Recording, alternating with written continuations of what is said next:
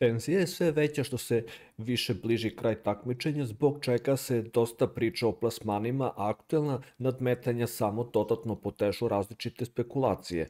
Mozak operacije realitija Veliki šef obavestuje učesnike reality elita prošle subote da je vreme da glasaju za najpožrtvovanijeg učesnika, a elitari su danas birali i najsitničavijeg učesnika u Beloj kući. Pravo na glasanje je imao auditorijum, a sada su stigli rezultati preseka glasanja, a pročitaće ih takmičarima Milan Milošević.